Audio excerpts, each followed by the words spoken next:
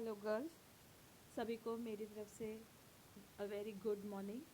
आज हम एक नया टॉपिक शुरू कर रहे हैं और वो है कंपनी की सदस्यता। ये मैं इसको स्क्रॉल कर रही हूँ, अब आपको दिख रहा है कंपनी की सदस्यता या मेंबरशिप इन अ कंपनी। तो अक्सर ये कन्फ्यूजन होता है कि मेंबर कौन है और शेयर होल्डर कौन है।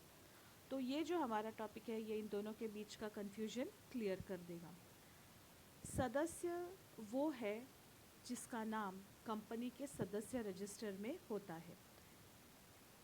एक ऐसा व्यक्ति जो सदस्य है या मेंबर है उसका नाम कंपनी के रजिस्टर ऑफ मेंबर्स में होगा, उसे हम कहते हैं कंपनी का सदस्य।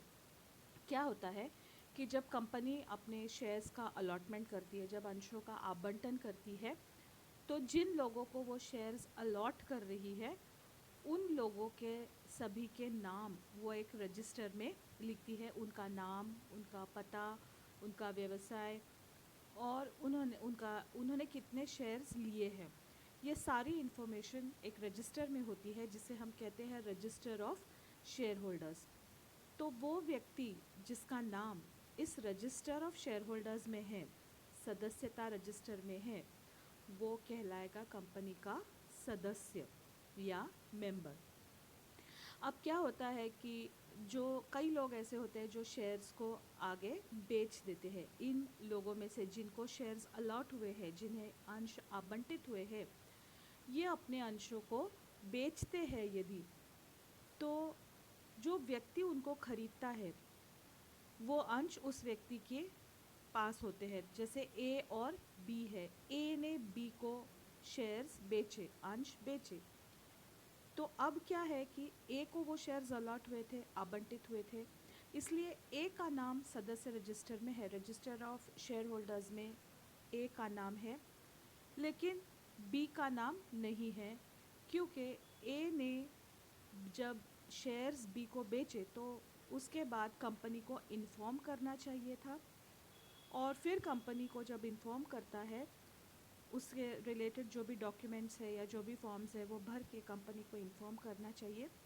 फिर कंपनी उस रजिस्टर में से ए का नाम हटा के बी का नाम डाल देती है, पर वास्तव में ऐसा होता नहीं है। ए और बी के बीच में ट्रांजैक्शन होता है, लेकिन कंपनी को वो इन्फॉर्म नहीं करता है।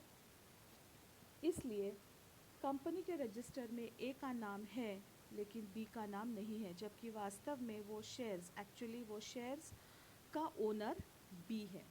तो ऐसे में हम कहेंगे कि ए मेंबर है और बी शेयर होल्डर है। तो शेयर होल्डर या अंशधारी वो व्यक्ति है जो उन शेयर्स का मालिक है, जो शेयर्स को ओन करता है, ओनरशिप राइट्स जिसके पास है, वो शेयर होल्डर कहलाएगा, भले ही उसका नाम शेयर होल्डर्स के रजिस्टर में नहीं है।